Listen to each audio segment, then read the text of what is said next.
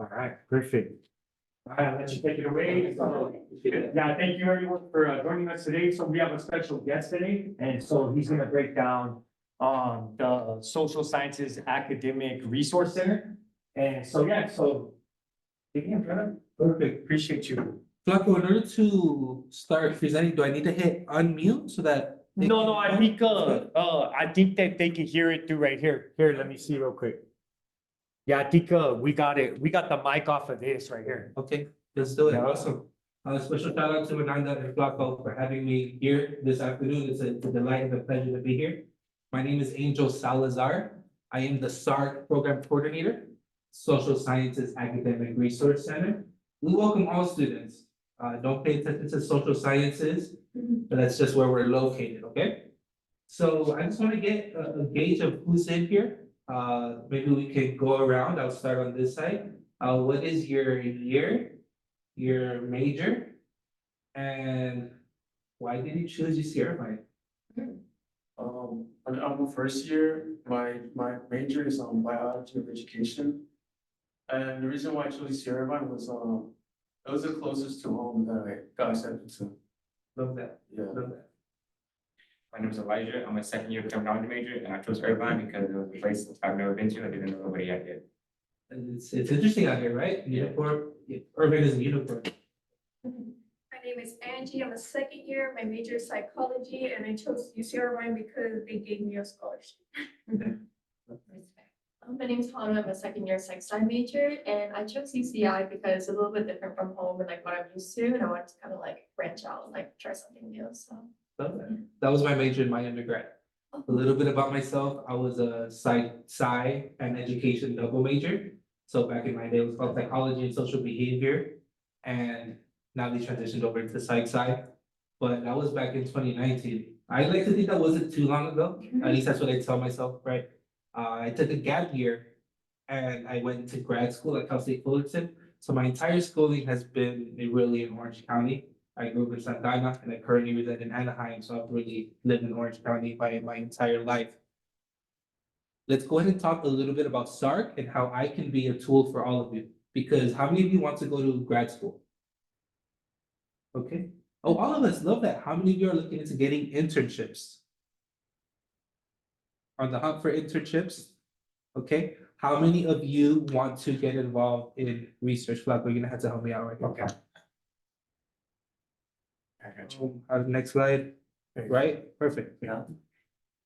So how many want to get involved in research? You're at an R1 institution.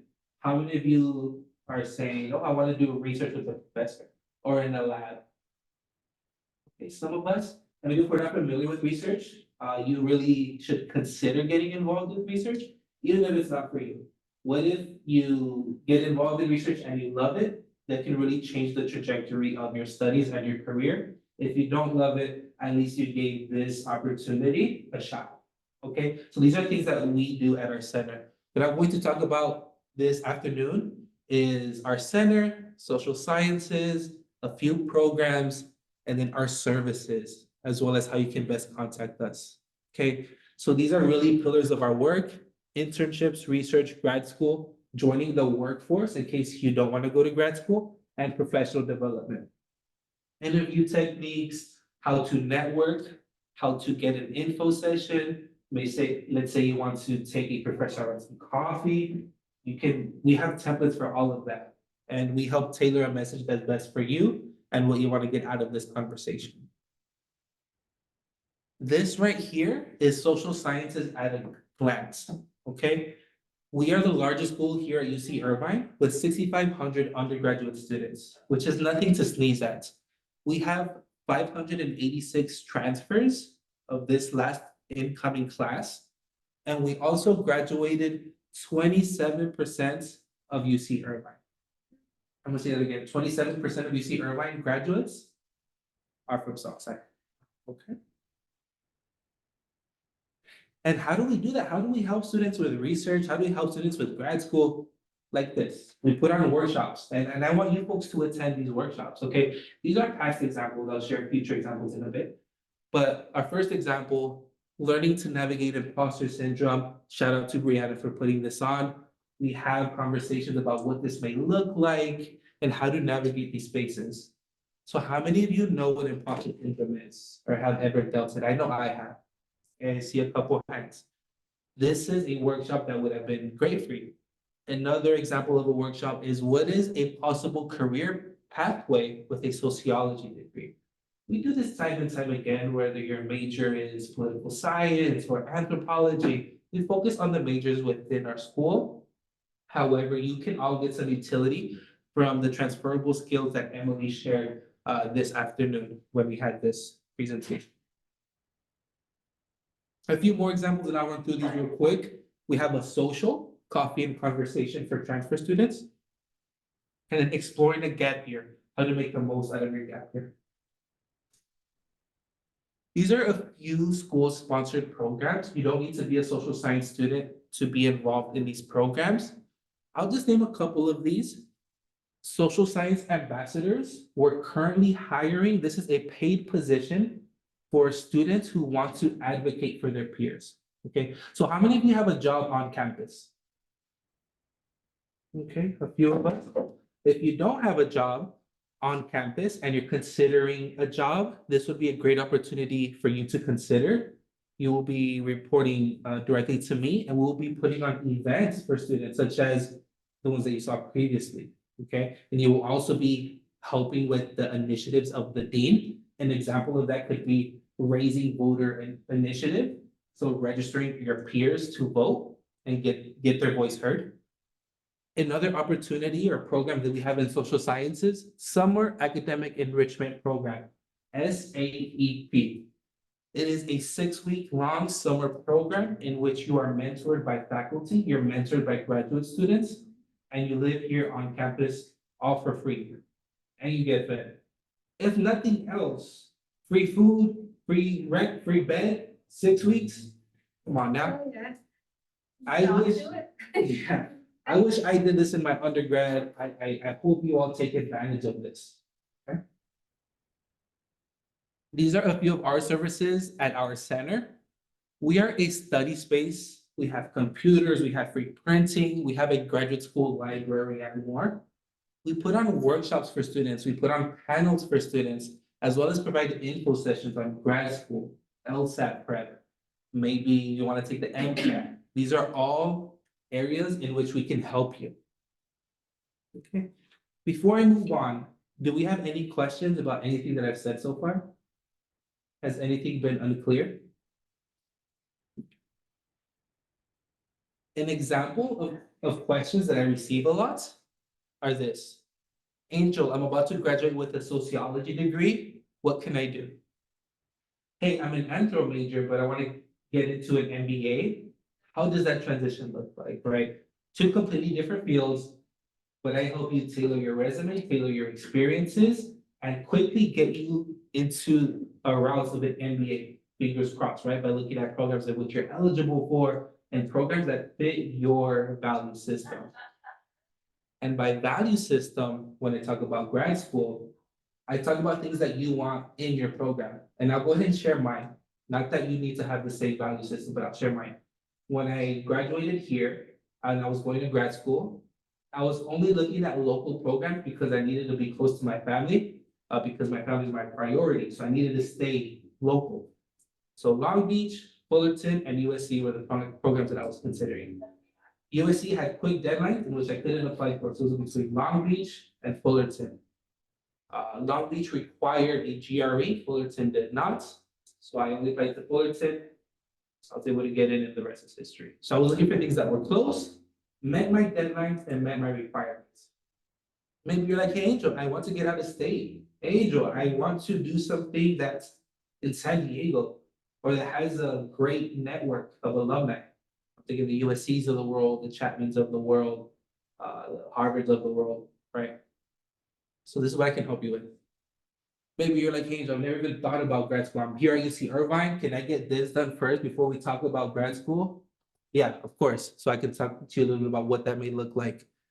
You can read the rest of the questions in which I help students with internships, letters of rank, job interviews. I mentioned moments ago that we have an opportunity to become a social science ambassador in case you want to work here on campus. And we're currently hiring. This application is open. If you were to enter on your phone or on your laptop, bit.ly/socksci ambassador, you'll be taken to our application. You can also scan the QR code if you're interested. Not interested, I'll keep on moving. I don't see any phones being taken out. You can always email me if you have a change of heart. Here are a few upcoming opportunities. I'll start on the right as that one comes first.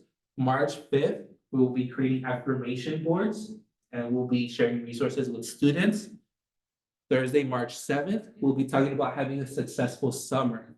Okay, so this is right around the corner. This is next week. We're already going to be starting our summer by planning in the spring.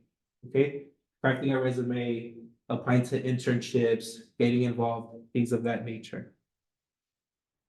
Here are a few other examples. We have a LinkedIn workshop in which we're going to have boba, and we have an empowering women's voices in social sciences events. Okay. This is our contact us page. You can email us at sark@uci.edu. If anything I said was interesting, please email that email address and I'll get to you. If anything I said was unclear, email that address and I'll get back to you. If you want to stop by and chat, you know what's that email address, okay? How are you folks feeling? Doing all right? Good. Yeah, good, okay. That's our center, that's what I do, those are some of our events. How many of you folks are considering grad school? I saw a couple hands. Right, so head nods. I'll start on this side this time and then we'll work our way this way. When it comes to grad school, what are you thinking? Where would you want to go? Do you have a field in mind? Specifically, I want to be like a speech pathologist, so I'm looking into like speech language pathology programs, and there's only so many like throughout the country. So like right now, it's kind of like still kind of looking into like which programs are the best fit for me. Right now, that's kind of like where I'm at right now, but yeah, specifically like SLP programs. Gotcha.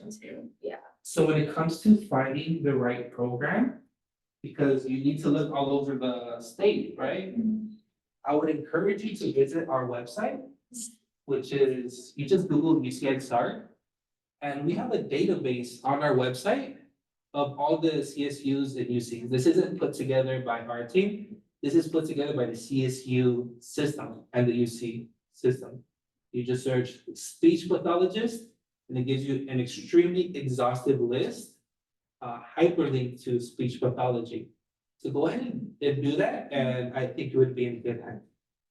I'm still looking into it, I'm still for sure. So not sure, what do you want to share about? I don't know yet, like what programs I'm. What do you want to do as a career? I'm still not sure. What type of life do you want?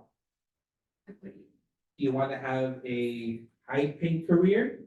Or like myself, I don't get paid a ton, but I give back a lot, right? I give to something that's bigger than me a lot. I have a lot of mentoring in my job, but I don't get paid a ton. I'm not an attorney, a lawyer, a doctor. Do you want to work with children? Do you want to work with the elderly? Do you want to work with immigrants or the homeless? Do you see yourself in a cubicle? Do you see yourself traveling? Maybe with like immigrants or the homeless. Immigrants and homeless, okay, so you also are considering maybe like there's like a social work type of grad program. Hey, Angie, we need more social workers. Yeah. I'm bringing you into the group. Yeah, so Amanda would be a great connection, right? When you think of the quality of life that you want, my best friend that I grew up with, he grew up in Santana and he didn't have the most means, I would say. So his priority was, I need to get a lot of money. Got into engineering, and he's also into finance. And so those are two things that he does. And he lives well now. He lives great. He's 27. But it comes at a cost. He works weekends. He often loses money if an investment goes south, right? And he's okay with that. Sometimes he's not able to be with his family so much because he's working. Sometimes his job requires him to go out and stay for weeks at a time. Those are all things that he's okay with Mhm. because he's been able to provide for his family. So what are you okay with? What are you not okay with? And then start looking into what program will help you get there. Mhm. I'm going to write something I want you to look up. And when your responsibilities shift, your values will shift. Like for me, being a single mom, when I think about work, it has to be close to my daughter's school, it has to have work-life balance. They have to let me leave at 4:30 every day to pick her up, like that's what so when I became a mom, what I looked for in a job like completely changed. It was about access to schools, it was about like, is this workplace family friendly? Like, you know, it's like if my daughter's sick or there's no school, she comes to work with me, just set her up. I'm like, this is who I am, you don't let me bring my daughter to my work, well, I'm bouncing, like, I want a place that lets my daughter come in. So that's where my priority shifted. Thank you. I want you to look this up, I'll look this up, if you're unsure what field you wanna get into. You know what field you wanna get into, speech pathology, so you're kind of set. However, if you want more information on speech pathology and what that field looks like, how much they make, is this field growing or shrinking, what is the work environment? This is a handbook put together by the US Labor and Bureau of Statistics, a government website.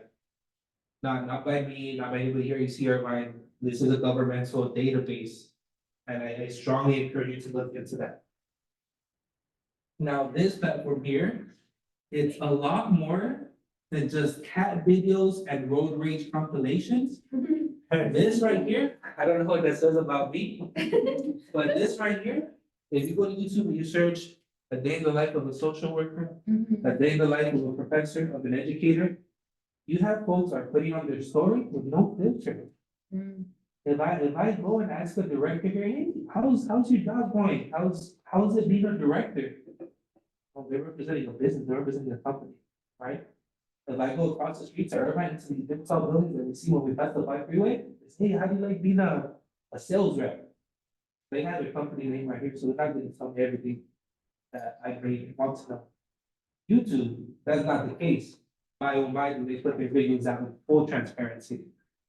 Okay, this wasn't around when I was in college, and I was just in college just yesterday, and this wasn't around.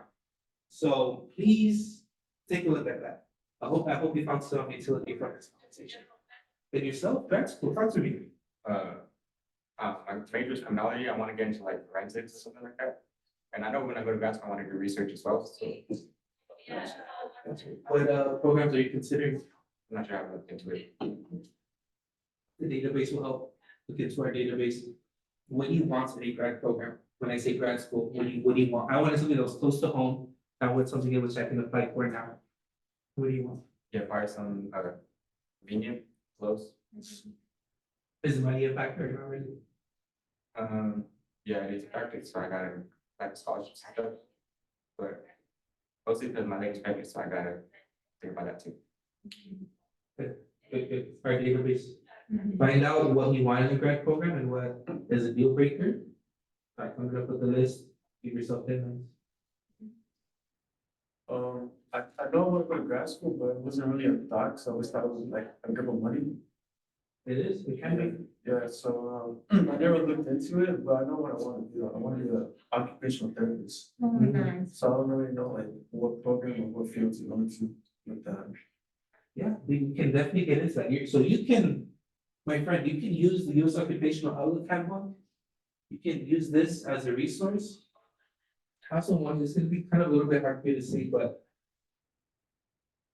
this goes for all of you. So this bit.ly, SARC APT. So if you can read that in the back, it says bit.ly/SARC APT. That is a bit.ly that will take you to our appointment system. Well, I can go into detail about what programs you can consider, what factors to consider in a program, given your value system. I'm not sure what that is. Maybe you want to go home. Maybe, I don't know if you're from the Bay, I don't know where you're from. I don't know what you want in a program. Maybe you want something that's cheap. Maybe you don't mind something that's more expensive. You mentioned it's a grip of money and it is. Maybe you want something that your employer can pay for, how do we get there? We're probably thinking PhDs or PsyDs as opposed to a master's degree, which you'll pay out of pocket. We can have a conversation in greater detail, and this goes for all of you if you were to visit that website, okay? Awesome. Well, I hope you found some utility from this conversation. Flaco, am I missing anything? Is there anything else you would like It's to say? amazing. Yeah, no, I'm so happy, like all the occupational handbook, everything, just really, really fruitful information, so. And I'm glad that the scholars were able to like, embrace that. Yeah, thank you. Of course, my pleasure. My pleasure. And folks, last but not least, I'm going to give you all my email. This is the number 4@uci.edu. It's Angel S, the number 4@uci.edu. I'm here to serve you folks, okay? And I'm here to be a resource for you, whether you wanna ask for a letter of rec, I can create a template so you can reach out to professors in confidence.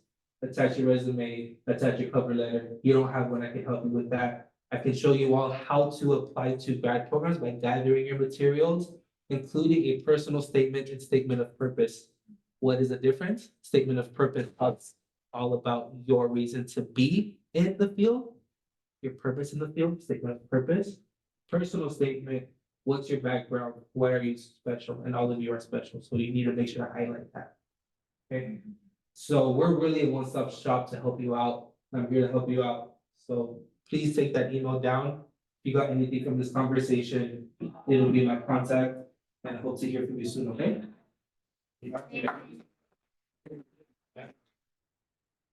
Right on, thank you, folks. Thank you. I learned something. I didn't know that's the occupational. Yeah, no, that was dope, yo, the occupational handbook. Thank you so much. Yeah, thank you so much for coming in. We really appreciate you. All right, thank you, Flaco. Yeah, no, that was dope. We back, guys. All right, cool. So that was our presentation, on his behalf, and so I hope you guys will take advantage of all the resources that they have to offer right there. It, looks like a cool spot to go kick it too. So if you guys don't have no study hideouts, that might be a cool little study hideout. Looks like, they have computers and all that over there. So today I'm gonna be going over the statement of purpose, which was a good segue. You like set it up, right? So that was a cool setup right there. So the last ones that we did the CV. Would you like, would the folks that were there for the CV, would you like to explain? I think that she wasn't at that one. Maybe you could give like a recap of the CV, one of you? Yeah, the CV is basically it basically has like all the things you've done. And like your like all the successes, awards, work experience, basically it's like everything you've done. It's not just like the difference in like resume, the resume kind of just has like your work experience. Like this one has like everything on you, like your skills, your yeah, it's like really long. It basically has everything you've done in your life on it. So it's like your whole academic resume. It's different than like a regular work resume. It's pretty much everything that you've done throughout your academic journey. So even including high school. So I'll send that over to you as well. And then it sounds like that, this resource right here, they will help you like, develop that CV too. And so that one, and then we did the personal statement. I know, I sent out the video on the personal statement, and I think I'd sent the information out too. I don't know if you guys were able to receive that, like how to craft it. But you were at that one. I don't know if you want to break down like the personal statement and like what were your takeaways from that one? It's basically like, this is like what you did throughout your life, like you said, like a resume, like more going to be what you did, like your whole life, like you can explain like, if you want to help out the community with that, so it's basically like you're just flexing on it. And your, personal statement, that's mainly what I got out of the whole thing. Yeah, there you go. That's good. So the personal statement is like pretty much your opportunity to brag. So it's your opportunity to like really highlight and showcase your talents, and everything that you, have accomplished on your journey. So the personal statement is your time to just shine, and also your time to like showcase, how you overcome adversity. I always express, you definitely want to showcase, you want to showcase your lived experiences, and you want to showcase your failures. You know, it's a time to brag, but it's also a time to say, hey, you know what? I failed, but still came out on top over here, you know? So that's another good one right there. I'm trying to pull up this PowerPoint for today's. Let me see. So yeah, so does anybody have any questions about those ones right there? Huh? Cool. Well, without further ado, today we're gonna learn about the statement of purpose. So he actually broke it down at the end right there. So the statement of purpose, this is different than your personal statement. This is actually, a time for you to showcase what exactly you're gonna do in your grad program. So you want to showcase your research, you want to showcase what you've accomplished in your undergrad. Is anybody doing any type of research projects right now in their undergrad? Doing a research paper for my writing. Okay, so you're doing a research paper for your writing class. So you're already like crafting some sort of research. Okay, that's good. All right, anybody else? Any type of research or any type of, no? Okay, so your statement of purpose is pretty much telling the graduate program what exactly you're gonna be doing there. But first, I'm gonna dive into what a statement, what the definition is, and just kind of go through it, and then I'll help you guys understand and grasp the deeper components to crafting this statement of purpose. So a statement of purpose is a document typically required as part of the application process for graduate programs, professional schools, or certain job positions as well. It serves as a written declaration of an applicant's academic and professional goals, experiences, qualifications, and motivations for pursuing a particular program or career pathway. So the importance of a statement of purpose. The significance of a statement of purpose in the graduate admissions process. This is a very important piece. This is actually showcasing to this graduate committee what you're gonna do and accomplish and what your end result is, like what's your end goal. It shows that you have a roadmap, that you have an agenda already mapped out. Now, of course, this agenda can change. Like you could be coming in with your mind made up that you're going to be doing this research with so-and-so. And then when you get in, you may read something that may trigger something that you just want to explore. It's something totally different. So, but this is showcasing to the committee, which is the hiring committee. So now I want to reemphasize that graduate school is a job. You're being hired as an employee. So it's different from a student. You're actually moving into a level where you're actually becoming a paid employee. Now I do teacher's assistant work, or I do graduate student research. And I get paid for that, and that's how I fund my schooling. So they pay for my fees, and they also pay for my housing and stuff like that through me becoming a teacher's assistant or doing graduate student research along my journey, right? So you want to showcase what makes you a great fit. And so there's a couple of components that I'm going to break down for you that are going to help you really get that point across to this graduate committee that you're selling yourself to. So you're really selling your research agenda and your statement of purpose. You're really wanting to showcase the value in you being a part of that department. So this serves as a crucial tool for applicants to showcase not only your research experiences and your research agenda, but also your qualifications and your aspirations. One thing about PhDs and graduate schools, they're really about developing professors and future professors.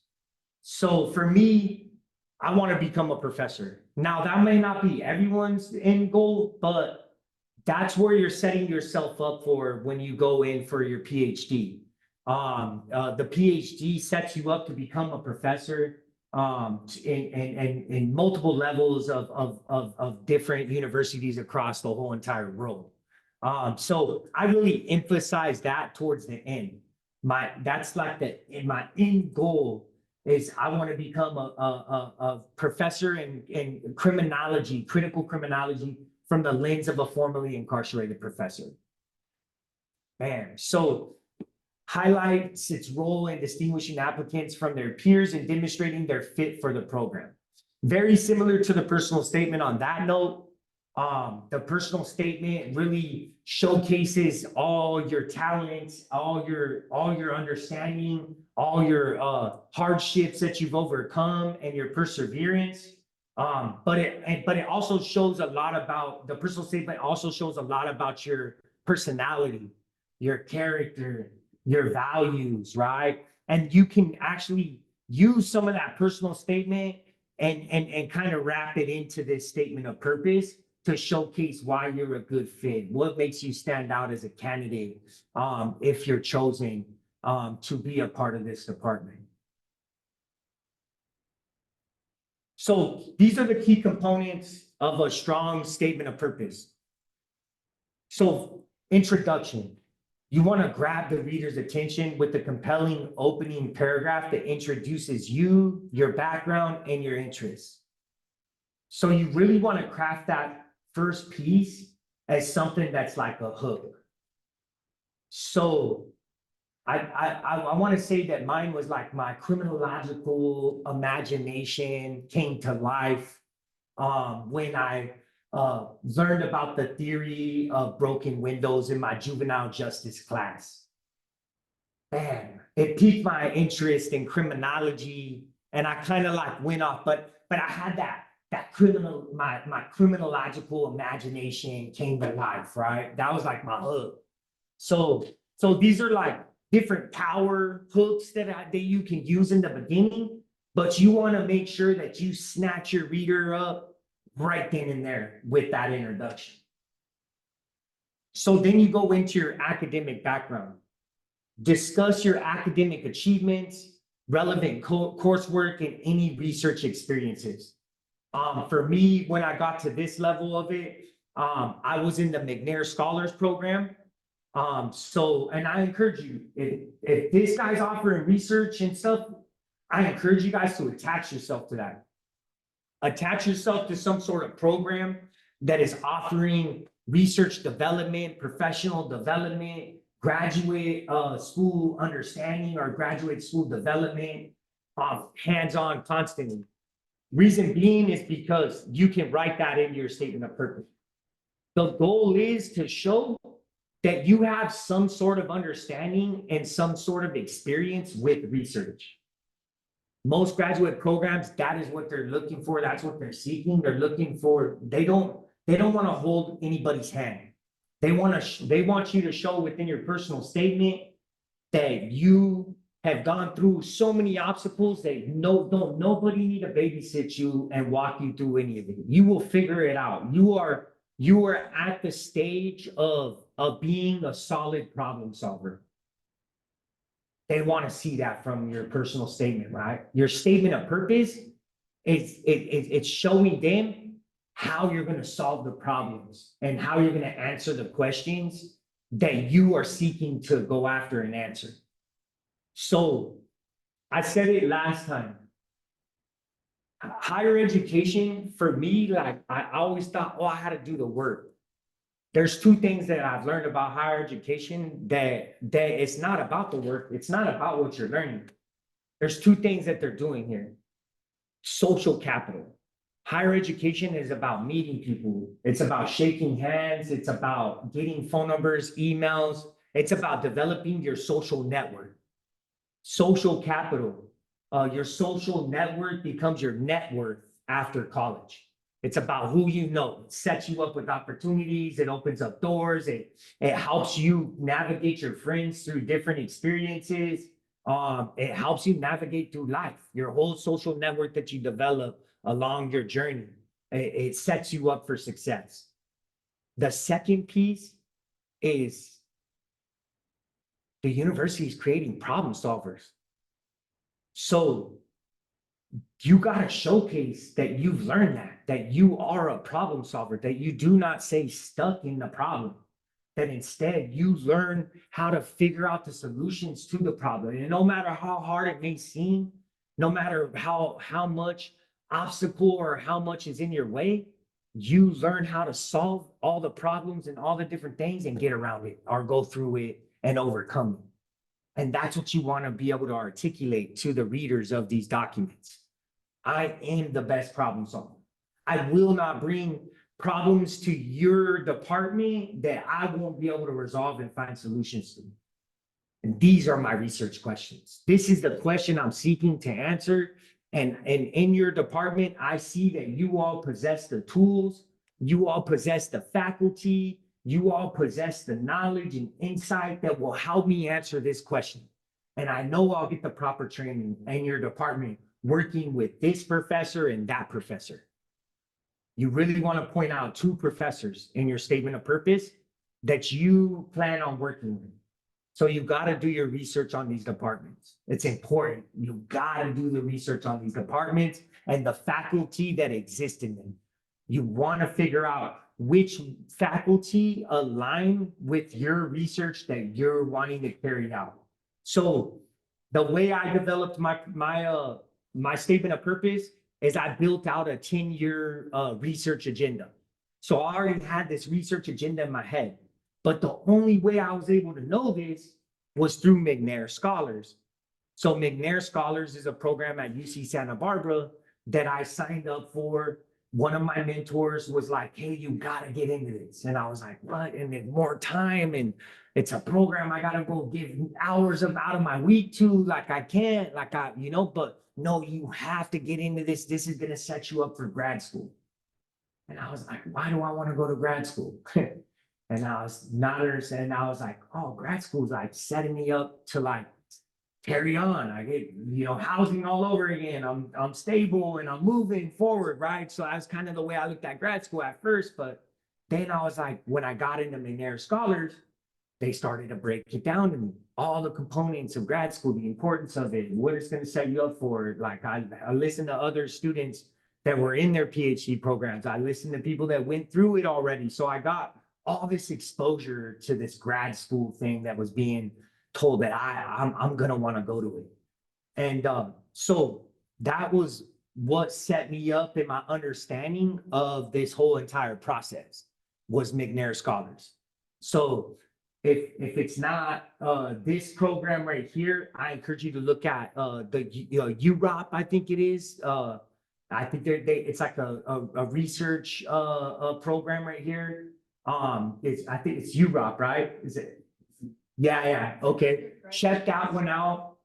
They're actually offering $1,500 this summer. I don't know if you guys got that email. I can send that to you for undergrads. I encourage you to do it. It's a line on your CV. Plus you get that experience, and plus they're going to give you some sort of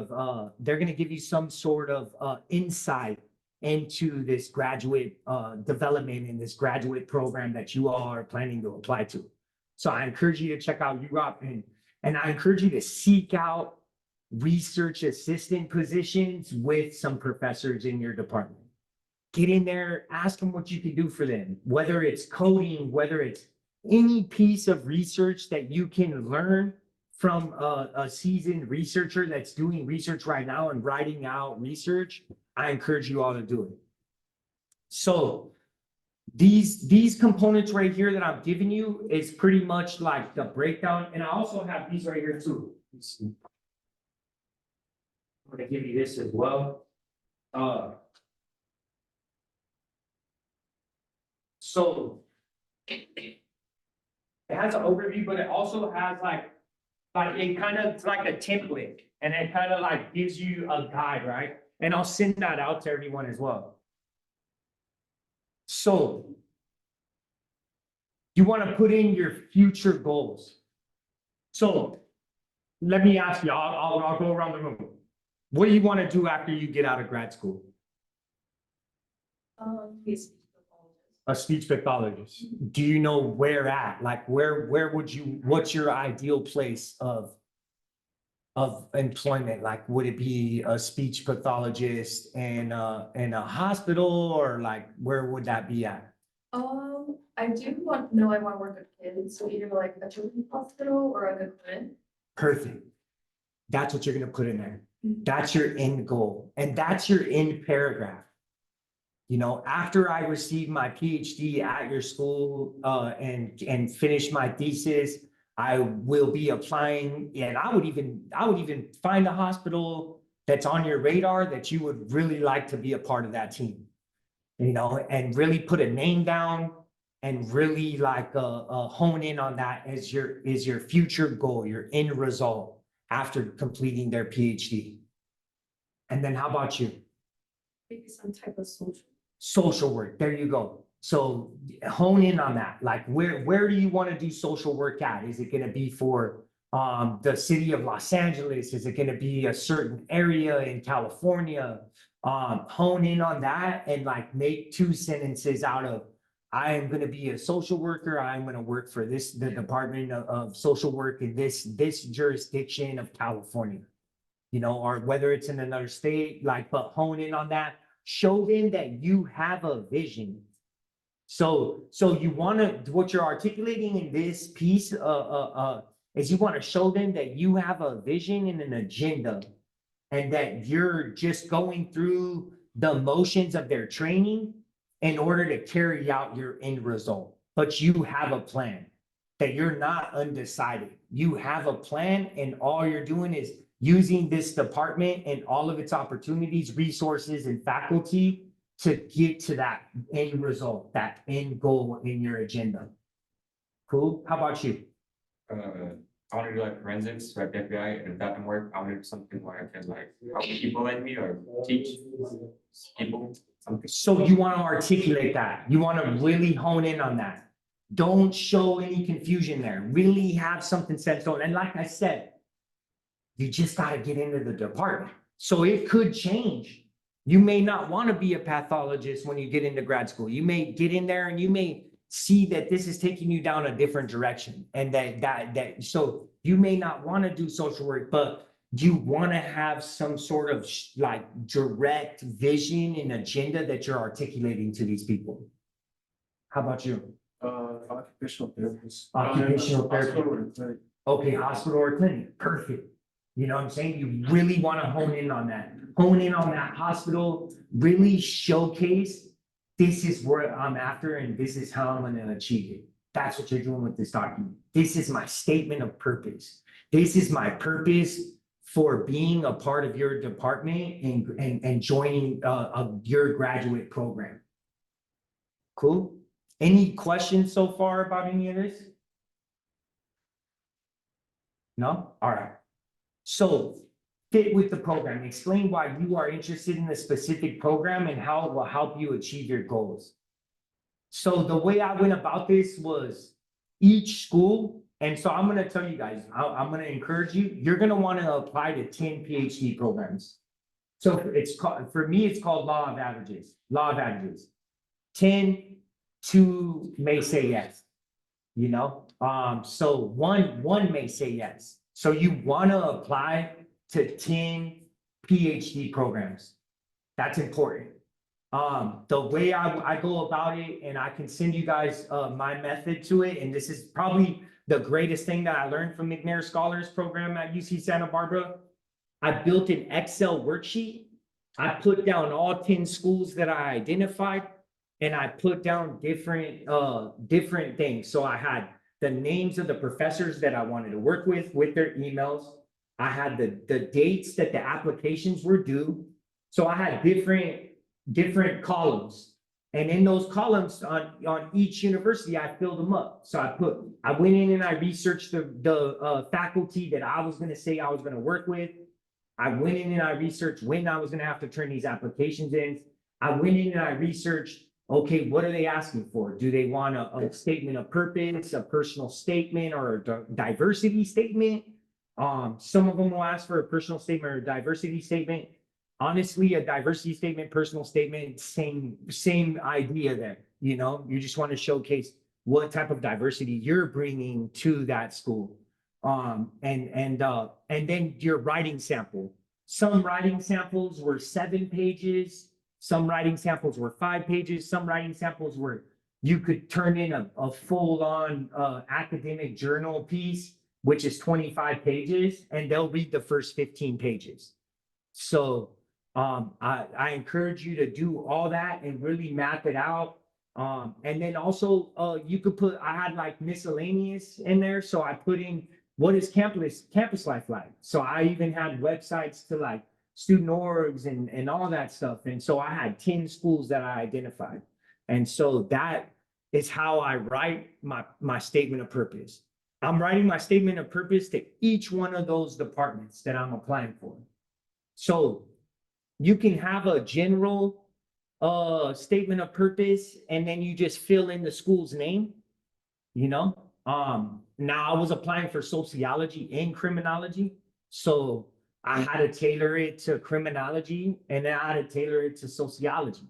So my sociological imagination, right? So I had these phrases that I was able to move sociology or criminology. And then I also, now your professors, the professionals that you want to work with, you want to make sure that their research, it's matching with the research you're trying to do. Cool? Any questions about that or anything? Fuck, I gotta get All right, my boy, yeah, for sure. Thank you for joining. I'll send this out to you too. Yeah. Yeah, I'll send you all the information and everything. I'll catch you all later. Yeah, have a good class, my boy. Thank you. So here goes some tips for writing a strong statement of purpose. Start early. I say begin drafting your SOP well in advance to allow time for revisions and feedback. So really want to start this now, honestly, you know. If you're anything like me, like you have a lot of work going on in your undergrad. When I was in undergrad, it was a lot of work, a lot of homework. This is something that you don't want to do last minute. You want to have this tailored to each program. You want to have your stuff in order and organized. So when you get down to graduating, all you're doing is just submitting that year before. By the time you're graduating and walking, you already want to know if you're accepted into the next school. So I don't encourage taking a year off, but if you want to take a year off and apply to those schools, then that's cool. But my whole thing is momentum. So you're basically taking it the same way as like high school, right? exactly. You apply early, so when you graduate, you already know. You already know where you're going, straight up, you know? Yeah. And my whole thing is momentum. A lot of people are like burnt out by the time they get to this level. Don't get that, like, you know, like get it done. Yeah. And I'll tell you a story. So I'm in my political science class in my community college at San Diego City College. Dude was young. And I was like, how is he a professor? He was 27 years old and he was a professor and he already had his doctoral. He already had his PhD. And I'll never forget when I asked him, I was like, man, like, you just went all the way through. And he was like, I did. And he said, you want to know why, Flaco? Because I had momentum. If I stopped and started making money for that year, I would have never went back. I would have just stayed stuck making money and I would have got stuck in that cycle of showing up to my 9 to 5 all day, every day. And so I just went straight through and it was the best thing I ever did for myself because now I run my own class. I'm a part of different things in the community and he's chilling. He's like running his own business and he's 27 years old. He's making killer money. I think here in the state of California, I think they're making like right around 120,000. Straight up being professors at the community college. I think there's that type of income that's being made there, you know? So he's styling. So start early. Don't, if you're thinking about a gap year, I mean, I'm not going to tell you don't take a gap year, but my suggestion is you got the momentum going, just keep going. It's just a couple more years after that and the years fly, you know? Be authentic. write in your own voice and provide genuine insights into your motivations and aspirations. So be authentic, really dig into your aspirations and your motivations. Tailor each SOP, and that's what I was saying. Customize your statement for each program by highlighting relevant experiences and explaining your fit with the program. Show, don't tell. Use specific examples and anecdotes to illustrate your qualifications and achievements. Proofread. Carefully review your statement of purpose for grammar, spelling, and clarity. Consider seeking feedback from peers or mentors. If you're like, I have like a writing clip. So I'll send it to like 3 of my homies and then they'll send it back to me and with all the revisions or even their suggested edits or I'm not the one that like erased everything. Like I tell them, just hook it up how you think it should look, you know? And then they'll send it back and I'm like, oh, all right, cool. I didn't see it like that. But send it around, send it to as many people as you can to just get it into the best place that you think it could ever be in. So here goes the example of the statement of purpose structure. Introduction, engaging opening that conveys enthusiasm and introduces the applicant's background. Example, academic background, that's like the next paragraph. Brief overview of academic achievements and research experiences. The statement of purpose is usually like a 2-page doc. Some may even call for a page. You really want to hit that word limit. Don't go less. I tell everyone, if they give you a certain word limit, you nail it to that last word. Nail it to that last word. Don't leave any words out, you know, really take up that space. The next paragraph, academic example of professional experience, talk about your research experience, research. You want to showcase your understanding of research. And then you also want to, and this piece right here, you want to talk about who you want to work with in that department. So who exactly, what faculty do you want to learn from? What faculty do you want to mentor you and guide you in that department? And why? And express that right then and there. Example of future goals, clear articulation of career goals and how the program will support them. So example, fit with the program, explanation of why the program is a good fit and how the applicant plans to contribute. And then example, conclusion, summary of key points and reiteration of enthusiasm for the program. And that's how you conclude. Summary of key points, but you can also, in this place is where you really hone in on what your end goal is. Like what exactly do you hope to accomplish? Whether it's being a professor, a speech pathologist, like you want to impact folks' speaking abilities in a major way, like talk about that a little bit right there at the end and have like a really strong ending, something that's really leaves a lasting impression on their mind, like, you know, and makes you stand out over everyone. Remember, you're competing against, maybe they have like about maybe 80 applicants.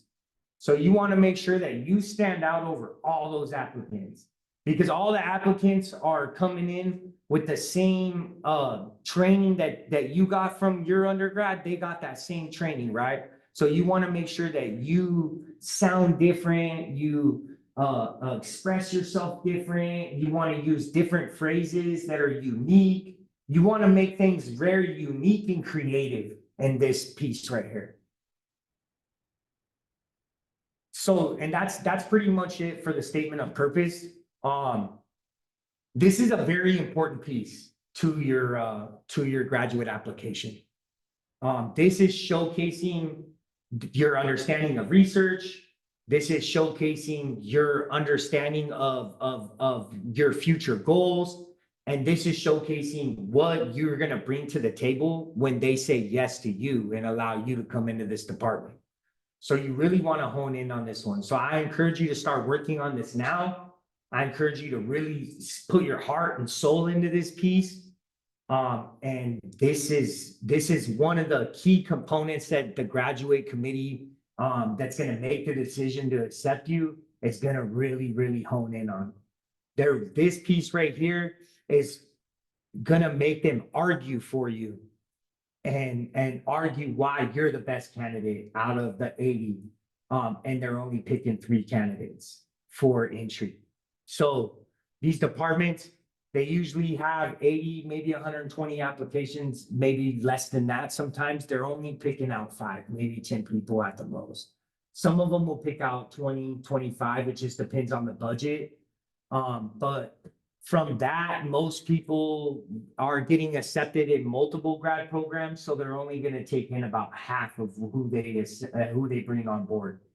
So this gets you to the interview. And when you get to the interview, you're pretty much like there already, like you already like passed through all the hurdles. So this document, along with, I mean, for me, I would think the 2 most important documents are gonna be this one and your CV. Your CV is gonna showcase like everything that you did, like community service, extracurricular, everything you were involved in. It's gonna show that you've mastered juggling multiple things and getting things done, So your CV, you want to really put your heart and soul into it, really have as many lines as you can produce out of the work that you've done and put them in there and make sure you showcase that, and then the statement of purpose, really hone in on this one. This one is what there is going to be the decision maker in a lot of these grad programs. Cool. So thank you for joining us today. I appreciate you guys coming. We got 1 workshop left. I'm thinking I might not get through that one because it's next week. And I know that everyone got finals. So that one was going to be on the writing sample. I was going to go over like some research, but I got an even better deal for you guys. So you guys ready for the deal? I'm going to run workshops next quarter, and it's going to be introduction to research. And on that one right there, I'm going to work it out with some of the people around here and see if I can get you guys some sort of certification on completing it, on coming to the workshop series. Also, I just found out we'll be able to get grocery cards. So I'll be able to hook you guys up with some groceries, you know what I'm saying? So you guys, it's a win-win all the way around. So now you're setting yourself up for your graduate program, because now you can be like, oh, I know research. Flaco was teaching me like all methods and all types of how questions and all that. So I'm going to go through research workshops next quarter. Cool. Right on. All right. Well, that's my workshop for today. You guys have any questions? Anything?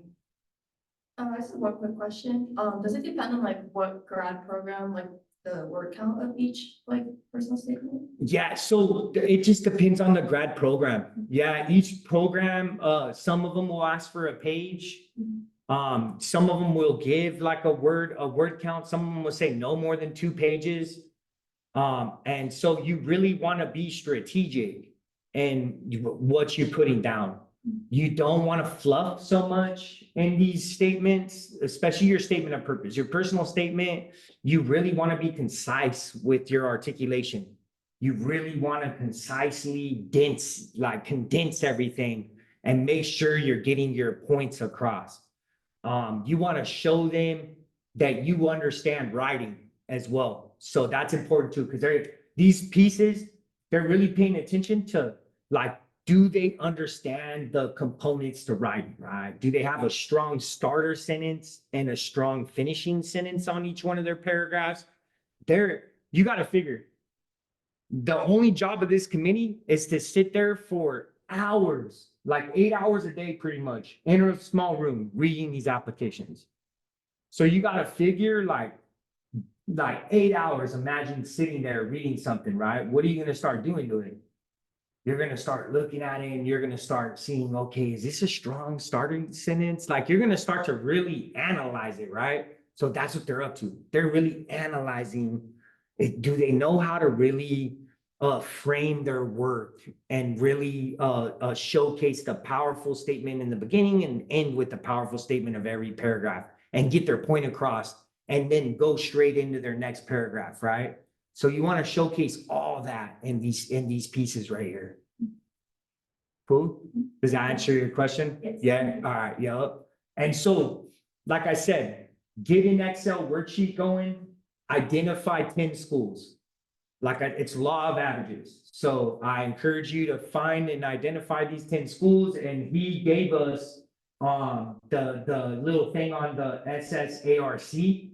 I encourage you guys to jump on there and type up the schools, type up what you're looking for, and just get to work on that. That's like the first piece you're gonna want to do, and it's actually gonna give you a roadmap. So that Excel worksheet becomes a roadmap for you. So now you are understanding the due dates of these applications. You're understanding which professors you're going to want to work with and what you're going to put into your statement of purpose. So you're already kind of crafting out your statement of purpose already through just that Excel worksheet. Cool. Any other questions? Cool. So yeah, that's it for these workshops in this quarter. I'm glad everyone was able to get the CV, the personal statement, and the statement of purpose. The writing sample, I'll pick that up next quarter. But yeah, and I'll be emailing everyone. I have the emails of everyone that showed up. I'll be putting you on a listserv, and so you'll be receiving information and stuff, and also fellowships and all that will come later. I think that these are the most critical components to understanding right now. One thing that I will say is a lot of folks want to go for their master's degrees. I encourage that. Don't, that's a grad program. But does anybody know the difference between a PhD and a master's degree? Usually like 2 years. Okay, yeah, that's a good piece of it. Yup. A master's degree is not fully funded.